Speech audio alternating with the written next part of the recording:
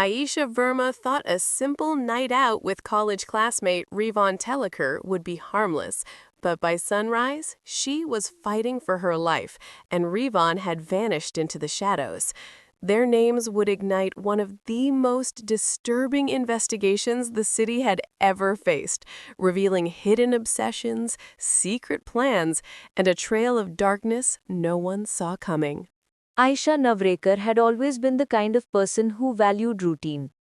She preferred quiet mornings, predictable schedules, and a steady focus on her studies. Moving from Pune to Mumbai had been overwhelming at first, but she adapted slowly, finding comfort in the small things: her organized desk, the peaceful library corner, and the satisfaction of crossing tasks off her list. She hardly stepped outside her comfort zone, rarely attending large social gatherings. Her life revolved around her biotechnology program, a few trusted classmates, and occasional phone calls with her family. Among the people she knew in college was Zaidan Malhotra, a senior who always carried a polished charm. He was friendly without being intrusive, confident without being arrogant, and often helped first-year students navigate the academic load. Aisha saw him as nothing more than a pleasant presence.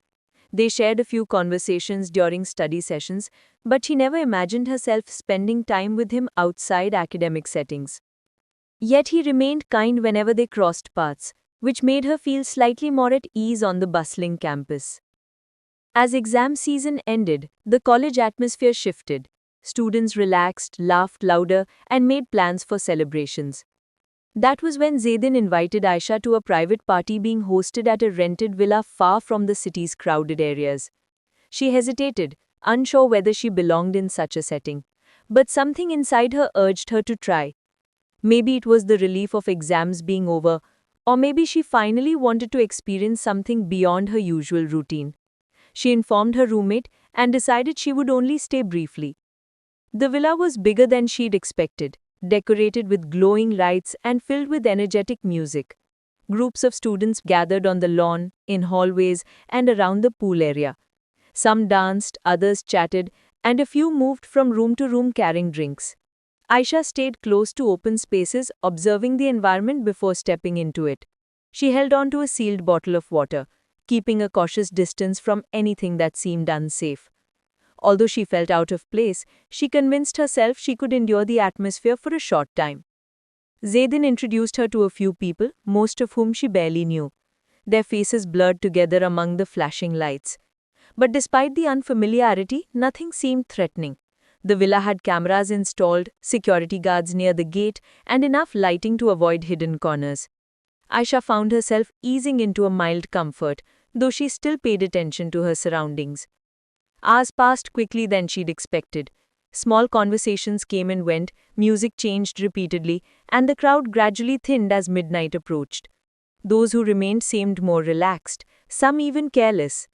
She noticed unfamiliar faces, people she didn't recognize from college, drifting in and out of rooms. The vibe shifted subtly but significantly. The party became less supervised, more scattered, and slightly chaotic as students left in groups. Aisha planned to leave soon, but just as she prepared to make her way outside, a wave of dizziness washed over her.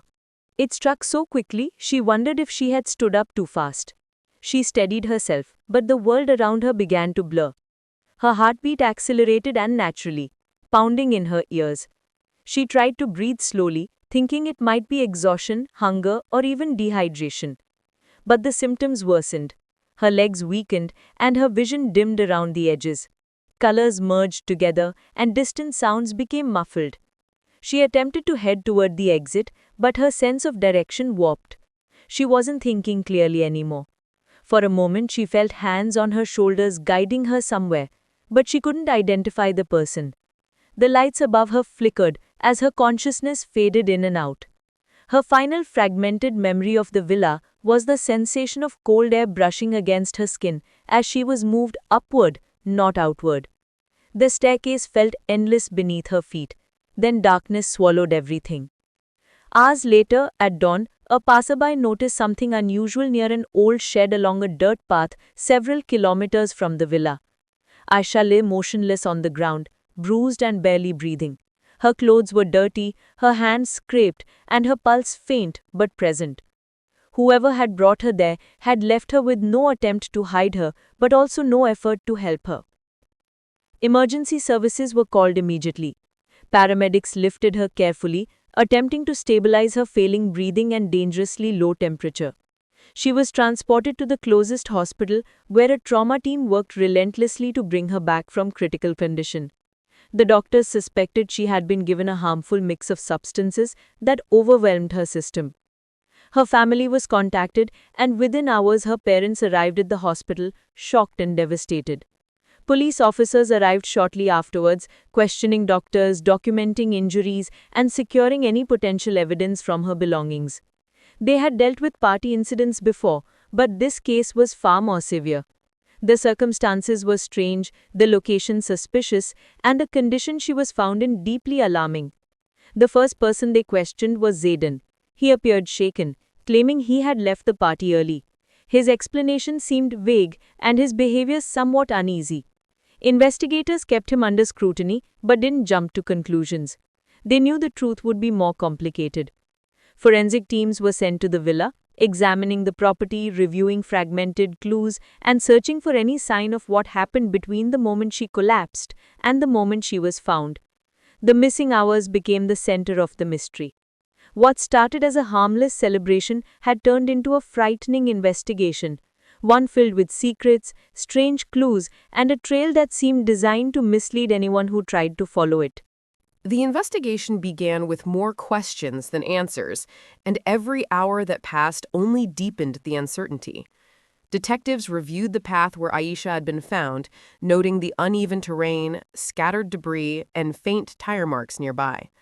The marks appeared old in some areas and fresh in others, creating a confusing picture. It was impossible to determine whether the vehicle involved had transported her or whether the tracks belonged to someone unrelated who had used the route days earlier. The scene offered no clear direction, only the growing suspicion that whoever abandoned her had taken a route no cameras monitored. At the hospital, Aisha remained unconscious. Her body struggled to recover from the unknown mix of toxins that had overwhelmed her system. Specialists monitored her brain activity, blood pressure, and oxygen levels, keeping her under strict observation. Her parents stayed in the waiting area, growing more anxious with each medical update. Doctors explained that her condition was still unstable, and even small changes could be unpredictable. She was suspended between survival and deterioration, and no one could determine when or if she would wake. Detectives turned their attention to the villa. They interviewed students who remained at the party long enough to notice unusual interactions or suspicious behavior. Most recalled the event as chaotic but harmless. Some remembered seeing Aisha briefly, describing her as quiet and calm earlier in the night. A few mentioned that she looked disoriented later, but none could explain why. Many assumed she had simply become overwhelmed by the crowd. The lack of clarity frustrated investigators, as every description seemed incomplete or distorted by alcohol, loud music, and confusion. As the investigators tried to reconstruct the timeline, they realized the villa had multiple blind spots. The security cameras at the property captured only the front gate, the driveway, and one corner of the backyard. The interior had no surveillance. Since many people had entered and exited through side routes, the footage offered little help. It showed cars arriving in clusters, students walking around without direction, and groups leaving unpredictably. There was no clear record of who escorted Aisha out or even when she left. One piece of information emerged, however, from the villa's owner. He confirmed that the security guards hired for the event had left earlier than planned because the crowd appeared manageable. This small detail opened a troubling possibility. Someone could have taken advantage of the reduced supervision. Without trained eyes watching, anything could have occurred in the final hours of the party. Zayden became a central figure in the investigation simply because he was the one who invited Aisha. Detectives questioned him twice, comparing his statements for inconsistencies. He claimed he had left the villa around midnight due to a sudden migraine. His phone records supported that he booked a cab around the time he stated, But investigators still found his behavior suspicious. His calm exterior seemed to hide something, and his answers felt too carefully worded. Even so, there was no direct evidence linking him to what happened. In contrast, another name surfaced through multiple student interviews: Karun Digsera, a former classmate known for aggressive partying and unpredictable mood swings. Several students reported seeing him in the same area as Aisha just before she became unsteady. Karun, however, was nowhere to be found when police attempted to contact him. Neighbors said he often disappeared for days, returning only to collect clothes or packages. His absence raised concerns, pushing him higher on the list of potential suspects.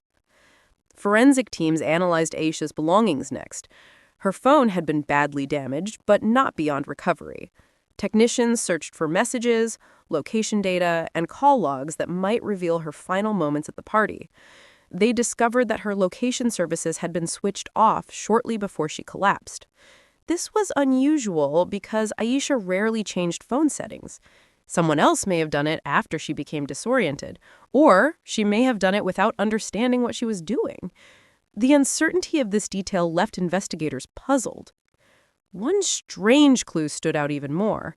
An alarm on her phone had been set for a time she never used. It was scheduled for nearly 2 hours after she had been found unconscious. Detectives wondered whether it was triggered by someone else, or if it was part of a frantic attempt by Aisha to stay awake while she was still fighting her symptoms. The meaning behind the alarm remained unclear, but it indicated her phone had been handled after her distress began. Meanwhile, toxicology reports from the hospital revealed a disturbing discovery. Aisha's bloodstream contained remnants of 2 substances, one commonly found in recreational settings, and another much more dangerous, usually used in small medical procedures. The mixture had a powerful effect on the central nervous system, causing rapid disorientation, memory disruption, and severe physical weakness. The mixture could not have occurred accidentally. Someone had intentionally given her a harmful blend designed to incapacitate her quickly. Detectives realized they were no longer investigating a simple party incident. The case involved deliberate actions, precise timing, and a method designed to eliminate resistance. Someone had targeted Aisha with intent, not chance. As they traced her steps through the villa, the pieces of the puzzle gradually sharpened into a chilling outline. She had collapsed inside the villa, been moved while barely conscious, taken somewhere far from the party, and abandoned with deliberate disregard for her life. Every detail pointed to someone who knew how to exploit confusion and slip through gaps in surveillance. The missing hours between her collapse and her discovery formed a dark void, one that investigators were determined to fill. But answers remained buried beneath layers of misleading clues, hazy memories, and suspects who seemed to disappear the moment they became relevant. Nothing about the case was simple, and the truth was far more complicated than anyone expected. As the investigation moved into its 3rd day, the focus shifted toward rebuilding the timeline with the help of digital evidence. The villa had limited surveillance, but the surrounding neighborhood offered more. Detectives collected footage from nearby shops, private residences, and roadside CCTV cameras. They mapped the movement of vehicles that left the area during the early morning hours, hoping to identify the one that transported Aisha. The results were unexpected. Several cars left the villa around the time she disappeared, but only one remained untraceable after the first turn, a silver hatchback with a damaged rear bumper. The plates were unclear, but the shape and marks were distinct enough to stand out. Officers compared the car with vehicles registered to students who attended the party, but there was no match. This meant the car either belonged to someone outside the college or had been borrowed. The possibility that a stranger gained access to the party began to take shape. The villa had been crowded, and in the late hours, security was practically non-existent. Anyone could have entered without being noticed. This shift complicated the investigation, widening the pool of suspects dramatically. Meanwhile, Karun Digsera remained missing. His absence became increasingly suspicious, especially after detectives located his abandoned scooter behind an old warehouse. The building was not far from the path where Aisha had been found. Inside the warehouse, officers discovered empty energy drink cans, food wrappers, and a torn jacket that matched the description given by one student who had seen him at the party. But there was no sign of Karun himself. The space felt hurriedly abandoned, as if he had sensed the authorities were closing in. The discovery did not confirm guilt, but it did add weight to the growing suspicion surrounding him. Back at the hospital, Aisha remained unconscious, drifting in a fragile state. Machines monitored her vital signs, showing slight improvements followed by periods of instability. Her body fought the toxins, but the damage had been severe. Doctors still could not predict the long-term consequences or whether she would regain full consciousness. The uncertainty weighed heavily on her parents, who replayed every moment of the past week in their minds, searching for any sign they might have missed, a reluctance in her voice, a hesitation in her messages, or a hint of unease she never expressed aloud. Investigators continued studying Aisha's phone records. They discovered that she had received a message shortly before she collapsed.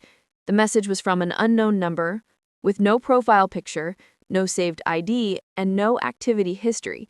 It contained only one line, a location pin dropped within the villa compound. There was nothing else. No explanation, no context, no follow-up. The timing was suspicious. It suggested someone had lured her toward a specific part of the property. Detectives visited the spot marked on the map and found themselves standing near an unused shed behind the villa. It was a secluded area, partially hidden by tall plants and poorly lit during the night. Forensics teams searched the shed and the ground around it. They collected fibers, examined footprints, and documented scuff marks on the floor. They also found broken glass near the entrance and a single silver bracelet with a missing clasp. Aisha's parents confirmed she had not worn jewelry to the party. This meant the bracelet belonged to someone else. Detectives were hopeful it could lead to a new suspect. A deeper search of the shed revealed smudges on the wall that looked like fingerprints. They were incomplete, smeared as though someone tried to wipe them off in a hurry. Specialists submitted them for analysis, but the results would take time. The shed was now considered a likely place where Aisha had been taken before being moved again. This discovery narrowed the search zone, but expanded the questions. Why had the shed been used? Why move her afterward? And who had taken the risk to transport her before dawn? The investigation shifted once more when officers received an anonymous tip through the police helpline. The caller provided no name and used a disguised voice, but the message was clear.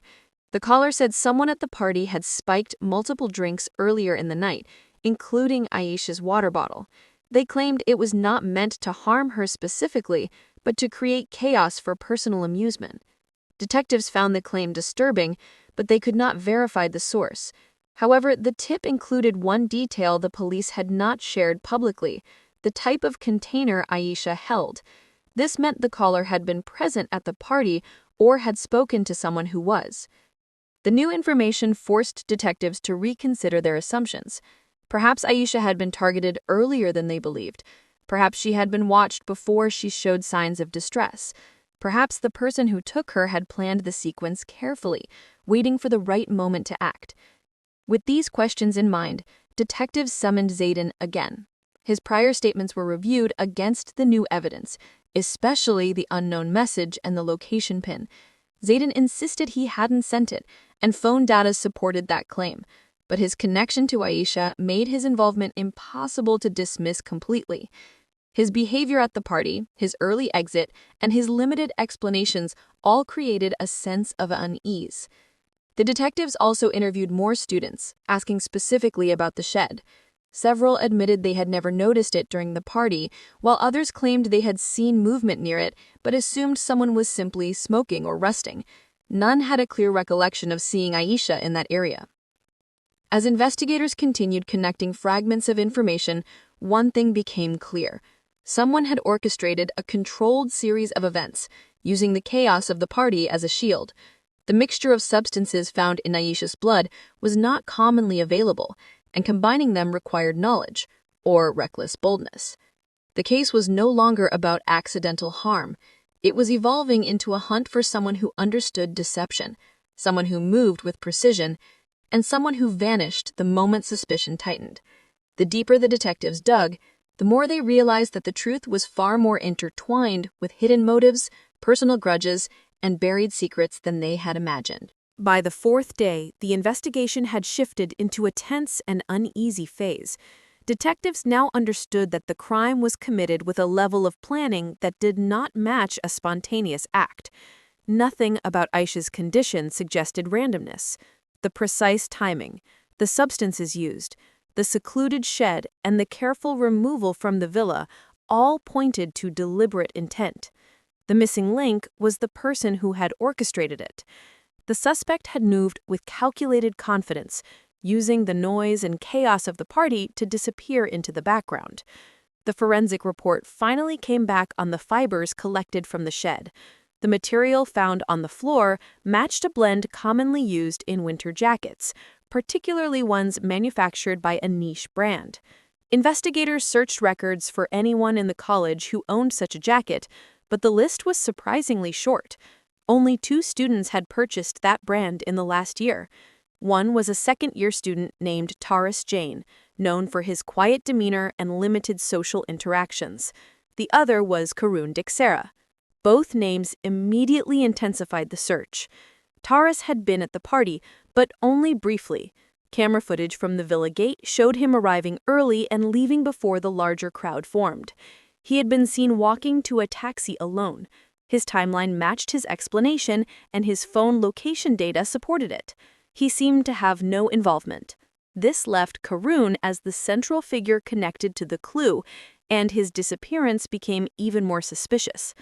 While investigators focused on physical evidence, hospital staff monitored Aisha around the clock. Slowly, her condition began to stabilize. Her breathing became steadier, and her pulse showed signs of improvement. Although she remained unconscious, the medical team was cautiously optimistic. However, they warned that if she regained consciousness, her memory might be fragmented or distorted. Her subconscious mind could have shielded her from trauma by erasing parts of the incident. As the detectives awaited further updates, they pursued a new lead involving the silver hatchback. A nearby highway toll booth reported that the same unidentified car had passed through roughly 1 hour after Aisha's estimated removal from the villa. The booth's footage captured the rear bumper more clearly, showing a peeling sticker with a unique pattern. Officers traced the sticker to a sports club in the outskirts of the city. Only a handful of members had purchased that batch of stickers, and the club's records listed one name that stood out: Karun. It seemed too coincidental. The jacket, the missing vehicle, and now the sticker all pointed to him. Yet something bothered the lead investigator. Karun's behavior did not align with someone capable of executing such a calculated plan.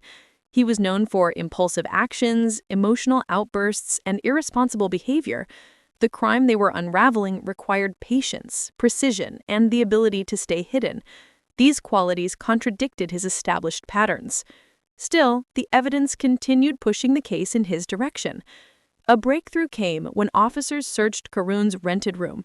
They found a stack of notebooks filled with scribbled diagrams, lists of names, and unexplained notes. Some pages described routes, timings, and possible escape paths. Others included references to parties, gatherings, and opportunities to act without being seen. The content was unsettling, messy, obsessive, and disjointed. It was unclear whether the writings indicated planning or were the ramblings of someone mentally unstable. Regardless, it was enough to deepen suspicion. While examining the notes, detectives discovered something unexpected: a page with Aisha's name written on it. Her name was circled and connected by arrows to other unfamiliar names. The page became a crucial turning point. They now needed to locate Karun urgently, unsure whether he posed a threat to others as well. Just as the search intensified, another surprising clue emerged at the hospital. A security guard reported seeing a man hovering near Aisha's room the previous night. The guard noticed him because he attempted to avoid eye contact and seemed nervous. The description did not match Karun. Instead, it resembled someone else. lean build, short hair, and wearing a black mask. The detail prompted detectives to review CCTV footage from the hospital. They located the man walking through the hallway, his face partially covered, his posture tense. He lingered for a few seconds before leaving the frame. Specialists enhanced the footage, and the man's identity slowly became recognizable. It was not Karun, it was Taurus.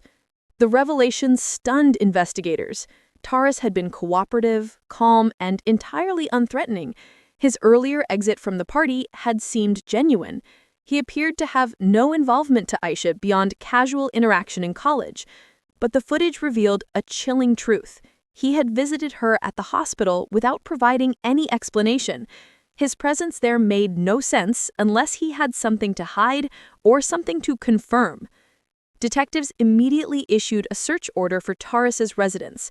Inside his apartment, they found a collection of carefully organized materials. Printed articles about neurological toxins, diagrams of the human stress response, and maps of remote locations near the villa.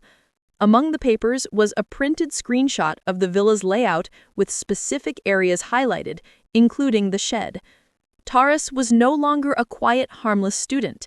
He was a calculated planner who had hidden behind silence and routine.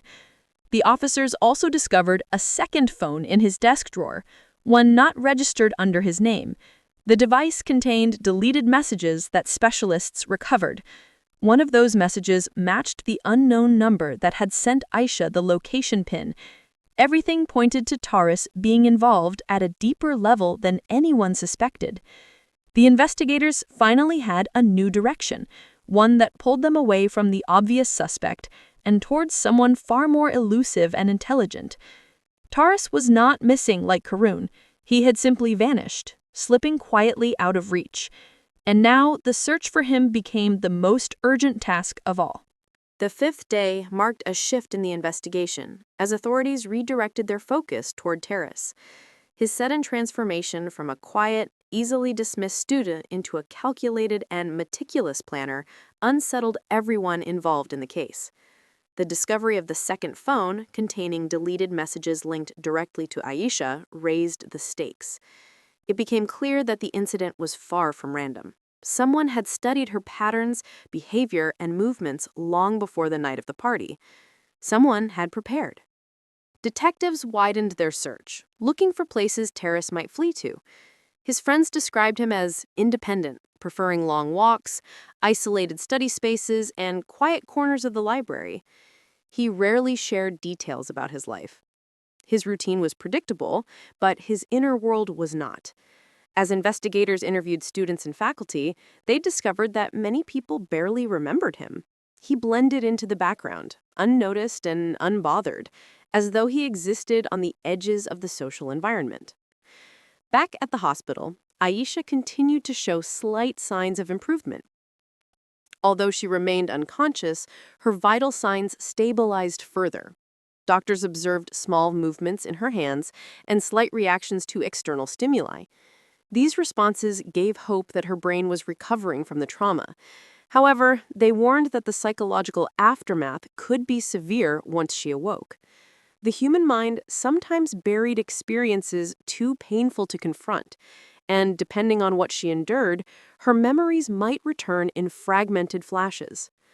Meanwhile, detectives revisited the shed at the villa, looking for clues they might have missed. The place still carried the unsettling quietness of the night it had held Aisha. A faint trace of a chemical with a sharp scent lingered in the air, even after thorough cleaning. Experts identified it as a compound often used in experimental sedatives, not easily accessible without specialized knowledge.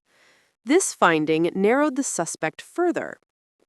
Taurus's collection of materials on neurological reactions suddenly seemed more incriminating, suggesting that he had been studying more than theory. Officers tracking financial records uncovered that Taurus had made several purchases from obscure online suppliers in the months leading up to the incident. The items included chemical components, small tools, and protective materials.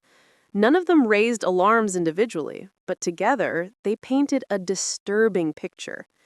He had been preparing for something, perhaps imagining a scenario long before it unfolded. As investigators followed this trail, they also discovered that Terrace had not acted randomly in selecting the night of the party. That particular event had been heavily promoted across campus, creating a perfect environment for movement without detection. The noise, lights, crowd, and alcohol made it easier for someone to slip into restricted areas and carry out covert actions. Terrace had chosen the moment carefully, taking advantage of the chaos to implement his plan. While analyzing phone tower data from the night of the incident, the digital forensics team generated a breakthrough. A device matching the second phone's unique identifier had pinged near a secluded set of rental cabins several miles outside the city. The area was known for its lack of security cameras and minimal cell traffic, making it a place where someone could hide or regroup without drawing attention. Officers immediately deployed a team to inspect the cabins. Upon arrival, they found one cabin recently vacated. Inside, investigators discovered discarded food containers, a basic sleeping setup, and a few scattered notes.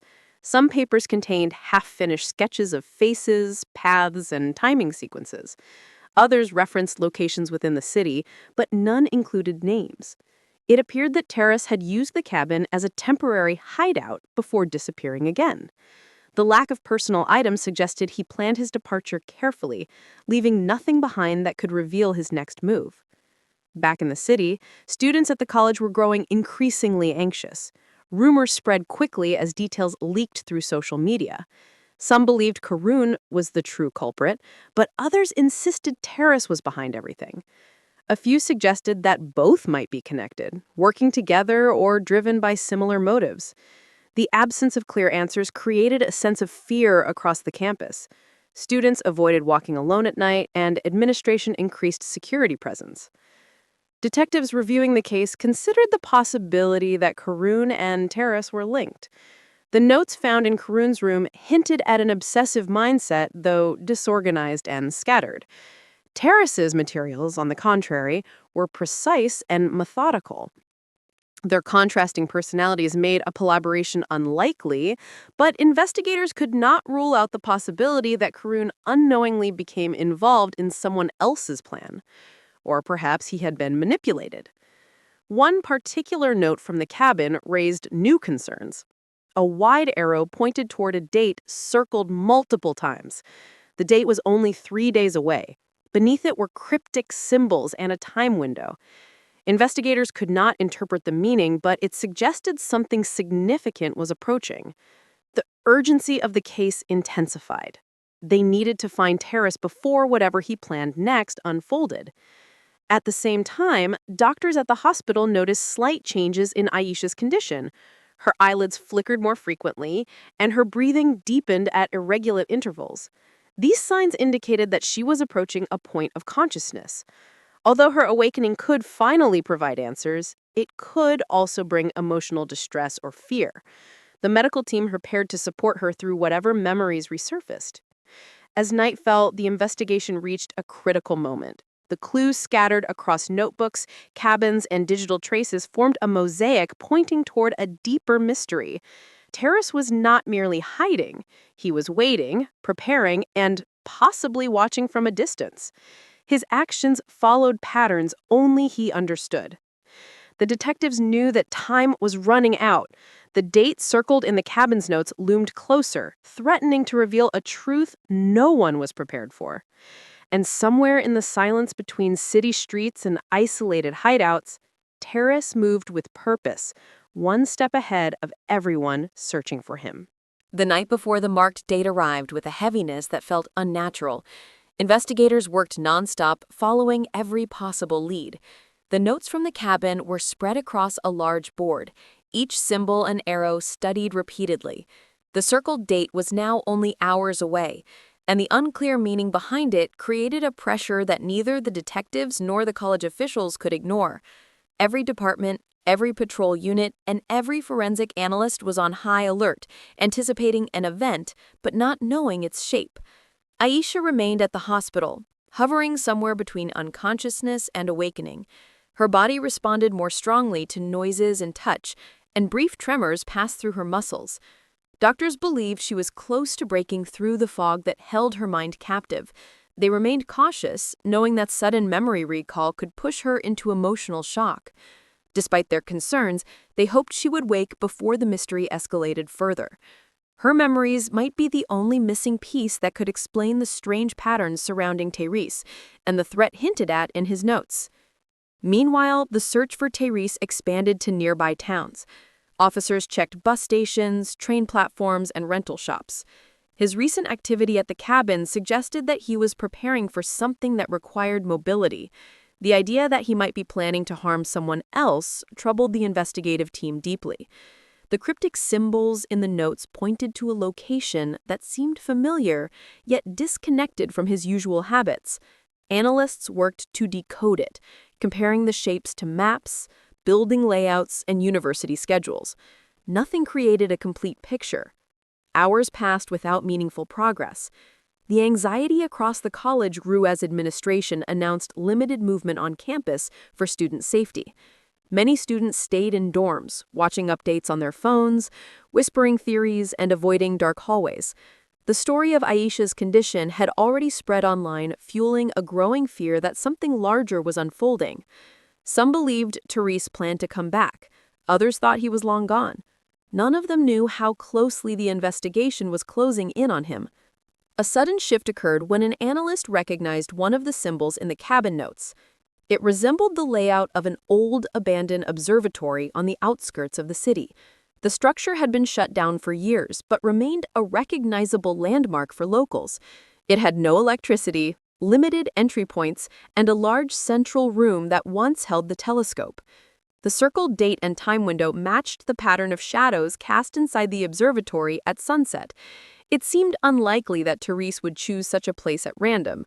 Investigators theorized that he might plan to meet someone, hide something, or carry out a final stage of his plan there. As dawn approached, officers prepared to search the observatory. A tactical team secured the perimeter while detectives entered cautiously. The air inside was cold and stale, filled with the faint scent of damp concrete.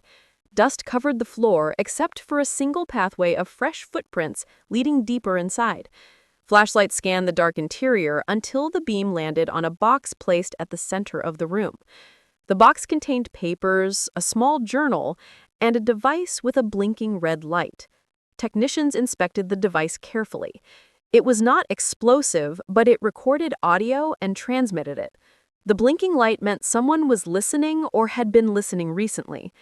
The realization unsettled the team. Therese might have been monitoring their movements from afar.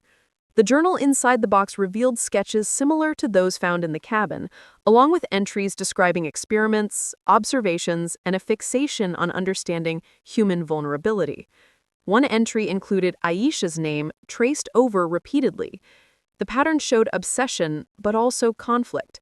Some sentences described admiration, while others expressed frustration and detachment, as though Therese's mind shifted between different states. As officers analyzed the items, another team searched the observatory grounds. They discovered fresh tire marks leading away from the building. Whoever had been there left only minutes before the investigators arrived. The timing was unsettling. It meant that Therese had anticipated their arrival and evaded them again. The observatory had been a distraction, a midpoint in a plan they still didn't understand fully. Back at the hospital, Aisha showed signs of awakening. Her eyes remained closed, but her breathing changed rhythm, and a tremor passed through her fingers. Nurses monitored her closely, ready to call the doctors the moment she regained consciousness. The medical staff understood that whatever she remembered might be crucial. Her mind, however fragile, held answers about the night she was found unconscious and the identity of the person who harmed her. As evening approached, detectives reassessed the significance of the circled date. They realized that the observatory was marked not as the final location, but as a symbolic reference. The actual destination was hidden in the timing sequence attached to the sketch. When reinterpreted, the lines and arrows pointed toward a different location, an unfinished commercial complex located closer to the city. The structure was still in development, with multiple concealed entry points, minimal lighting, and limited surveillance. Officers moved quickly to secure the site. Inside the complex, they found recent signs of activity: footprints in construction dust, a partially open door, and markings on the wall matching Teresa's sketches. The deeper they went, the more apparent it became that they were closing in on him. The tension in the air grew heavier as the building's hollow hallways amplified every echo. In one of the unfinished rooms, they found a chair positioned under a single hanging bulb powered by a portable generator.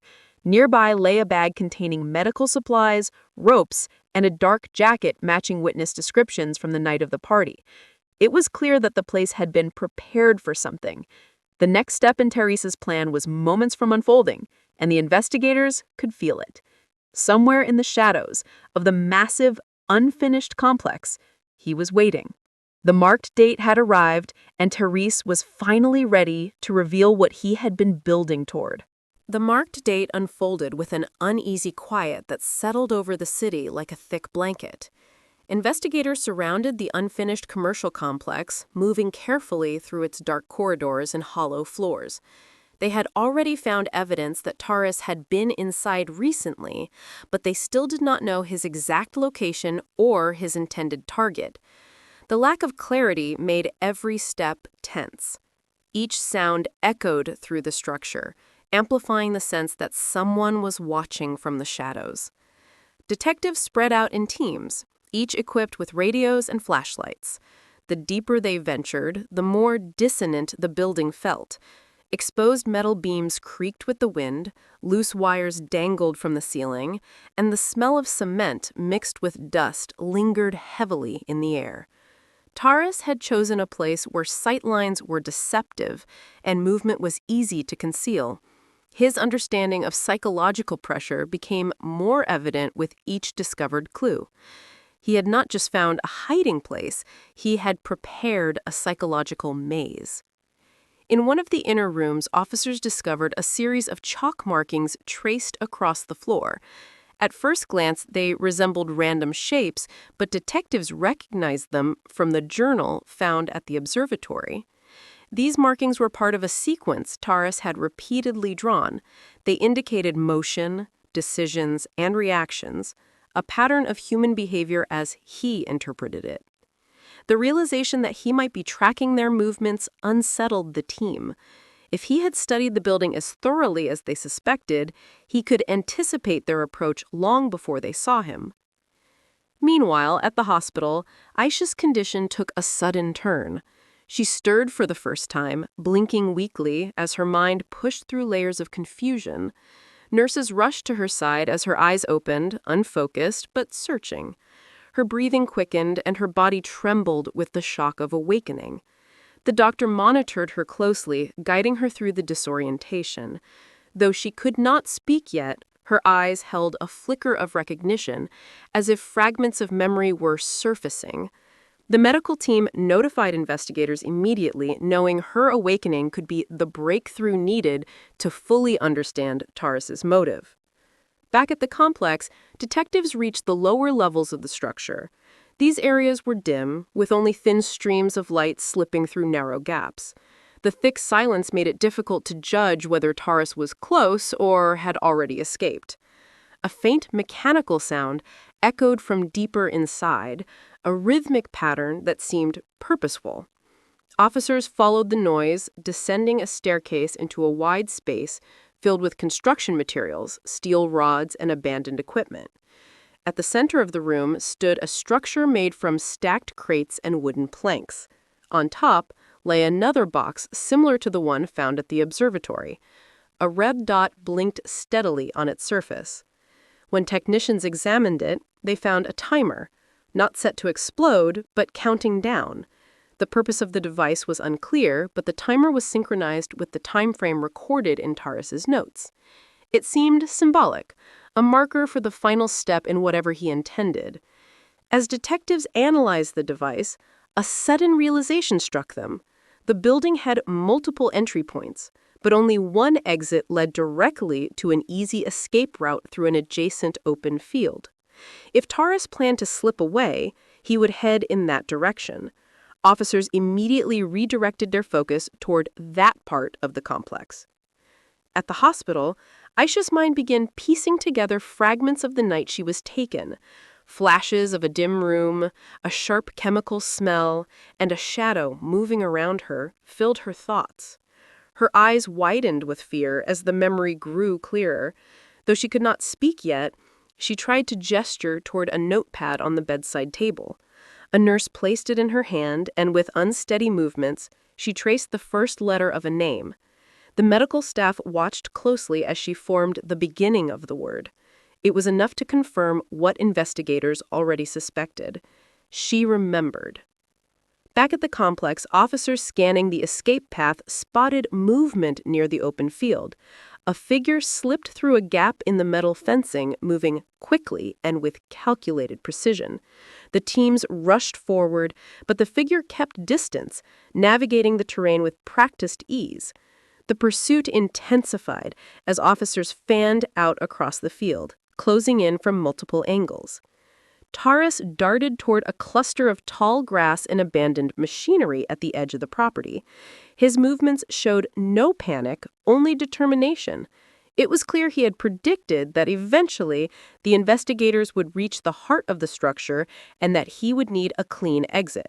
He had prepared routes, hiding spots, and fallback options.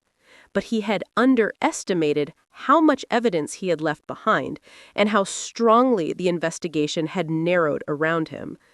As officers closed in, Taurus slowed. For a moment, he seemed to evaluate the situation with cold calculation. The circle of flashlights tightened around him, blocking every path of escape. His focus flickered briefly toward the distant city lights, as if acknowledging the end of the elaborate plan he had constructed. The pursuit ended in silence, as officers secured him and led him away. The complex remained still, holding the remnants of his plan. The timer inside continued its countdown until it reached 0. A small light blinked off. Nothing happened. It had never been meant to cause destruction. It was simply the final mark in a sequence he believed only he understood. Across the city, as dawn approached, Aisha rested again, her breathing steady, her memories slowly returning.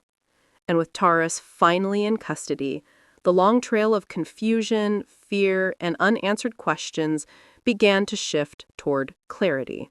The hours after Taurus's arrest unfolded with a sense of restrained relief. Investigators escorted him to a secure facility, ensuring every step was monitored. His expression remained calm, devoid of panic or remorse, as though the pursuit had been an expected conclusion rather than a disruption. This composure unsettled the officers around him. They sensed that even in custody, his mind continued to work through patterns and thoughts only he understood. The case was far from over, and they knew the next challenge lay in unraveling his motives. At the hospital, Aisha drifted in and out of light sleep. Her body remained weak, but her mind was clearing.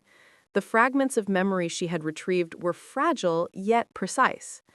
Medical staff monitored her closely, noting each small sign of improvement. Despite her progress, she struggled with the emotional weight behind the images returning to her. The first moments of recall had brought waves of fear, confusion, and distress. Now, as her mind slowly continued to unlock what had happened, she felt an internal battle between wanting to remember and wanting to remain untouched by the memories. Investigators arrived at the hospital to prepare for the eventual interview. They understood the importance of timing. Pushing too early could overwhelm her, but waiting too long risked losing the clarity that often came during the first stages of recovery. For now, they observed from a distance, gathering medical updates and preparing questions that would guide her gently through what she might recall. Back at the station, a team reviewed every piece of evidence collected from the observatory, the cabin, and the construction site. Patterns began to emerge among the sketches and notes. Some drawings resembled maps of human emotion, structured like puzzles. Others illustrated the outlines of buildings and locations with precise timing sequences. It became clear that Taurus's mind operated in layers, translating personal ideas into symbols and diagrams. His perspective was not rooted in direct communication, but in coded expressions of control, observation, and experiment. As detectives worked through the material, they began to notice something else. Several pages seemed unfinished, as though Terrace had started to record a plan but had abandoned it midway. Lines drifted off into blank space, and arrows led nowhere. These gaps created questions. Had he changed his plan at the last moment, or had something interrupted his intended path long before the night of the party? The breakthrough came from an analyst who noticed a recurring symbol hidden in different sketches. It appeared small and almost insignificant, but when connected across the drawings, it outlined a shape resembling a corridor. This corridor did not match the villa, the observatory, or the commercial complex. It belonged to a different structure entirely. After running the shape through building archives, investigators discovered it matched a lower hallway in one of the college's older academic buildings. This discovery sparked a new concern. If Terrace had been studying that building, he may have planned additional actions tied to the campus. The older building was heavily used, with lectures, labs, and evening study sessions. Had he intended to target someone else before focusing on Aisha? Or had the building served as a practice ground where he tested the timing of his movements? Detectives surveyed the location that same day, tracing the corridor and comparing it to Terrace's sketches. They discovered a crawl space behind one wall large enough for a person to hide. Inside, they found food wrappers, an old flashlight, and a small notebook. This notebook contained entries that differed from his other materials. These entries were less structured and more emotional, documenting feelings of isolation and resentment. Some pages described internal struggles, revealing a growing fixation on Aisha long before the incident took place. The findings shed new light on the nature of his obsession. It did not emerge suddenly. It built over time, fed by loneliness, academic pressure, and unprocessed emotions.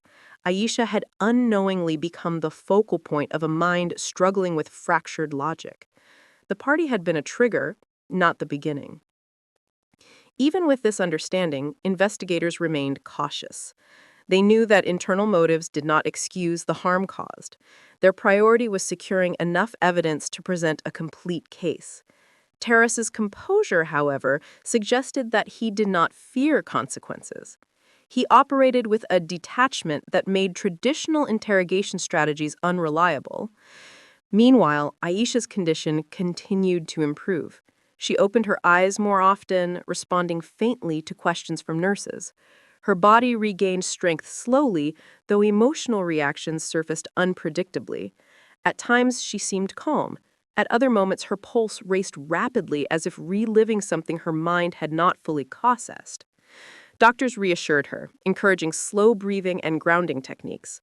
They knew trauma often resurfaced in waves before settling. As investigators prepared to speak with her, they reviewed the timeline of the night she was found. They needed her perspective to fill in the gaps left by the evidence. They believed she might remember details that would confirm the exact moment Terrace took control, the method he used, and whether anyone else had been present. Night approached as the detective assigned to her case waited outside her room. The city around the hospital grew quieter, unaware of the complex layers being uncovered inside. Terrace remained in holding, expression unchanged, eyes fixed ahead, as though examining something distant and unseen. Even in confinement, he appeared connected to his plan, as if the events unfolding were part of a written sequence he had already envisioned. Aisha's breathing steadied as she woke once more. Her eyes opened, clearer than before. This time, recognition filled them. The moment had arrived. She was ready to speak. And with her first words, the case would finally move from pieces of scattered evidence towards a complete truth waiting to be revealed.